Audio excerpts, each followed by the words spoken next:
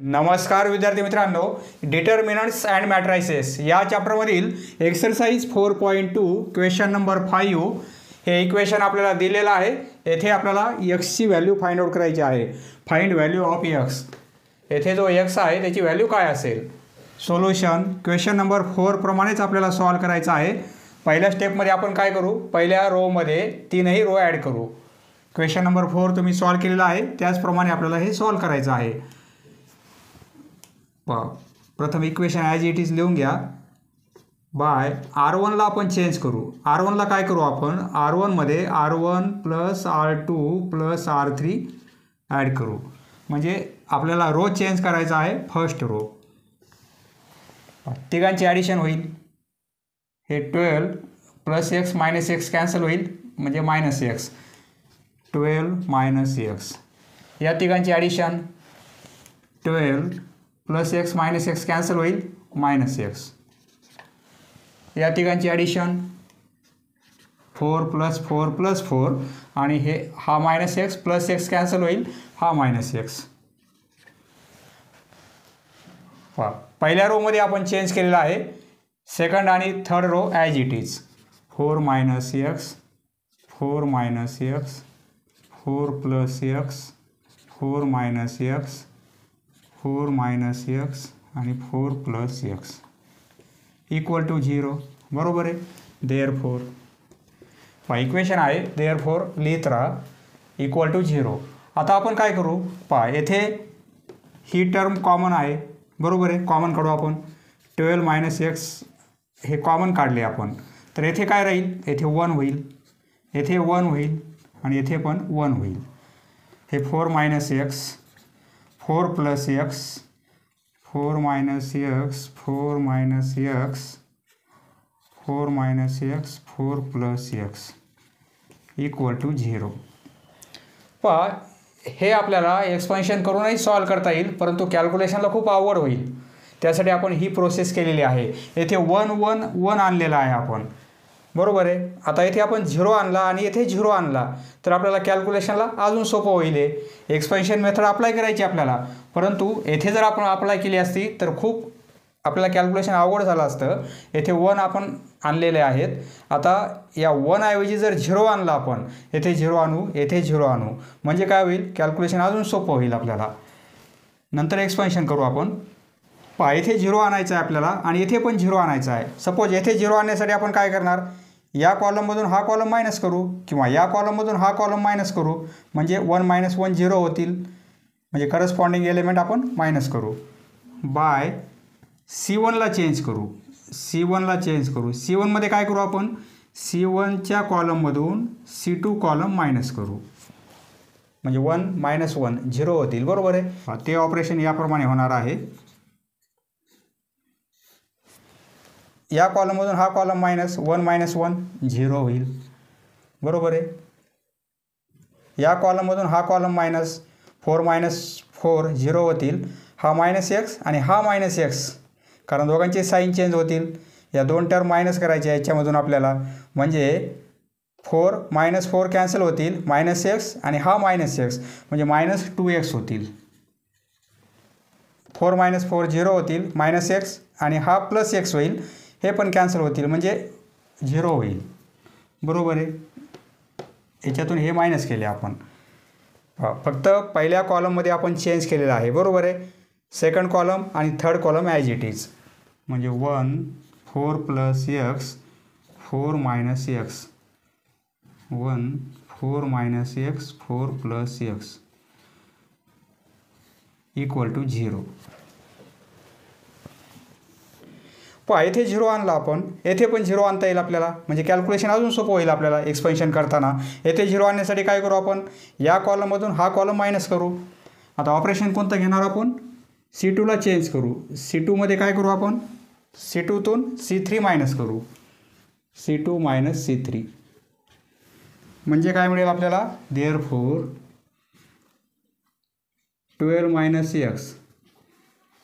येथे C2 ला change करायचा आहे, म्हणजे हा column as it is 0 minus 2x 0 आणि येथे या दोघांची सबट्रॅक्शन 1 मायनस 1 0 पहा इथे पण 0 आलेला आहे. या दोघांची सबट्रॅक्शन 4 - 4 कॅन्सल होतील आणि +x म्हणजे 2x होतील. यातून हे मायनस केले आपण, 4 4 कॅन्सल होतील, -x आणि हा -x होईल -2x. पहा C2ला चेंज केलेला आहे, C3 ॲज इट इज, म्हणजे 1 4 - x 4 + x = 0. पहा आता दोन ठिकाणी 0 आलेला आहे. जर आपण एक्सपान्शन केलं तर हा प्लस घेतो आपण, हा मायनस आणि हा प्लस, बरोबर आहे. परंतु हे दोन्ही 0 असल्यामुळे काय होईल, त्याची व्हॅल्यू 0च मिळेल आपल्याला, बरोबर आहे. देअरफोर म्हणजे एक्सपान्शन सोपं होईल आपल्याला. पहा येथे 0 आहे, येथे 0 आहे, फक्त आपल्याला एक्सपान्शन याचंच घ्यायचं आहे, बरोबर आहे. म्हणजे आपण काय करणार, हे एलिमेंट नको आणि हे नको, हे नाही आणि हे नाही, म्हणजे डिटर्मिनंट याप्रमाणे मिळणार आहे आपल्याला, -2x हे 2x 0 आणि -2x. आपण क्वेश्चन नंबर 4 मध्ये पाहिलेलं आहे, त्याचप्रमाणे आहे. पहा आता आपण याची व्हॅल्यू काढू. देअरफोर 12 - x याची व्हॅल्यू क्रॉस मल्टिप्लिकेशन होईल, मायनस प्लस होतील, 2 × 2 4 होतील, 4x². हा क्रॉस मल्टिप्लिकेशन मायनस करणार आपण, हा क्रॉस मल्टिप्लिकेशन 0ने मल्टिप्लाय असल्यामुळे 0 होईल = 0, बरोबर आहे. 12 - x हा एक ब्रॅकेट आहे, हे कॅल्क्युलेशन 4x² होईल = 0, बरोबर आहे. देअरफोर 12 - x एका ब्रॅकेटमध्ये, हे 4 या साईडला पास करू आपण, म्हणजे इथे फक्त x² राहील, 0/4 म्हणजे 0 होईल, बरोबर आहे. हा 4 या साईडला पास केला तर 0 होऊन जाईल.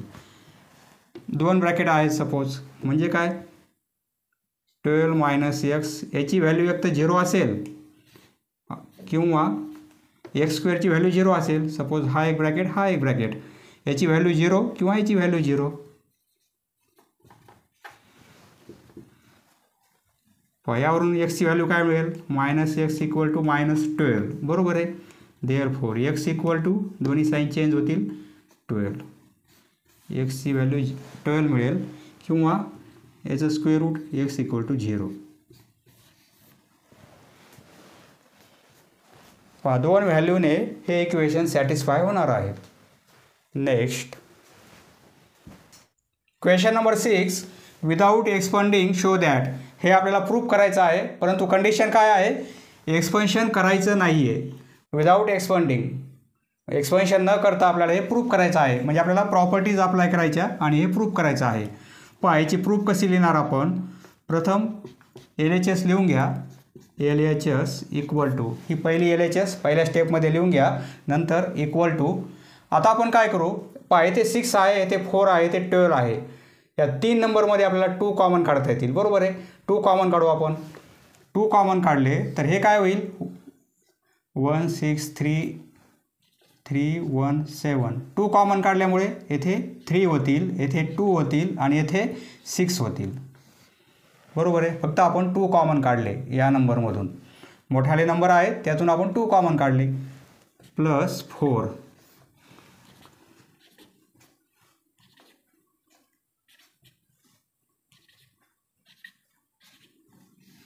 ही LHS, RHSला आपल्याला हे पाहिजे, =.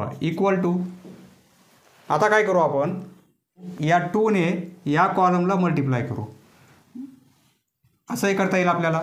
आणि या 4ने या कॉलमला मल्टिप्लाय करू, म्हणजे काय होईल, हे 2 होतील, हे 12 होतील आणि हे 6 होतील.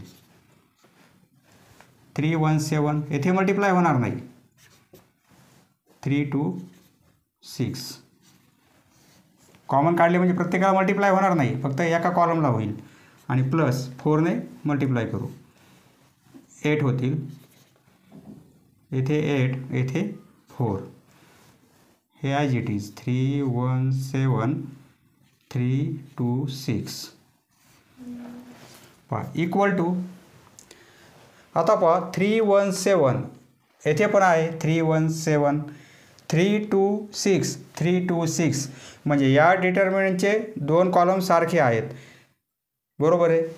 येथे जे कॉलम आहेत 2 तेच कॉलम हे आहेत, 317 326 317 326. मग आपण काय करू आता, हा कॉलम आणि हा कॉलम या दोन कॉलमची ॲडिशन करू आपण. म्हणजे आपल्याला असं लिहिता येईल पहा, 2 + 8 10 होतील, 12 + 8 20 होतील, 6 + 4 10 होतील. हे दोन कॉलम आयडेंटिकल आहेत, सारखेच आहेत. एकदाच लिहू आपण, दोन वेळेस लिहिण्याची गरज नाही. 3 2 6 असं लिहिता येते आपल्याला. पुढे रिझन पण लिहा, C2 and C3 R identical.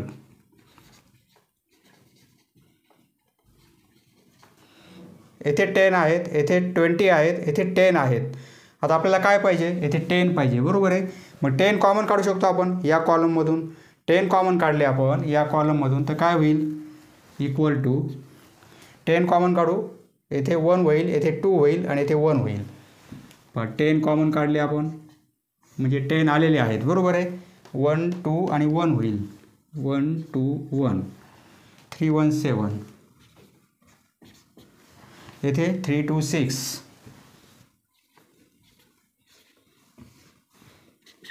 आपल्याला काय पाहिजे, 10 आलेले आहेत. 1 2 1 1 2 1 हा रो आहे, परंतु येथे कॉलम झालेला आहे.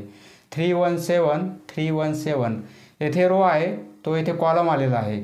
326 326 म्हणजे हे जे रो आहे ते आपण कॉलम करू शकतो. येथे लिहिणार आपण बाय इंटरचेंजिंग. रोला आपण कॉलम करू शकतो किंवा कॉलमला रो पण करू शकतो आपण, by interchanging rows and column, rows and columns equal to हे 10 हा कॉलम आहे 1 2 1 त्याला रो करू आपण, म्हणजे 1 2 1 हा कॉलम आहे त्याला रो करू आपण. 317 326 326 हीच RHS आहे. 133 212 176 equal to RHS. Therefore LHS equal आहे RHS. पहा येथे फक्त आपण मोठाले नंबर आहे 2 कॉमन काढलेले आहेत. 2ने पुन्हा काय केलेलं आहे, या कॉलमला मल्टिप्लाय केलेला आहे. 4ने या कॉलमला मल्टिप्लाय केलेला आहे. कशामुळे केलेलं आहे, पुन्हा आपल्याला येथे 10 कॉमन काढता येईल म्हणून, कारण हे रो हे कॉलम दोन्ही सारखेच येत आहेत.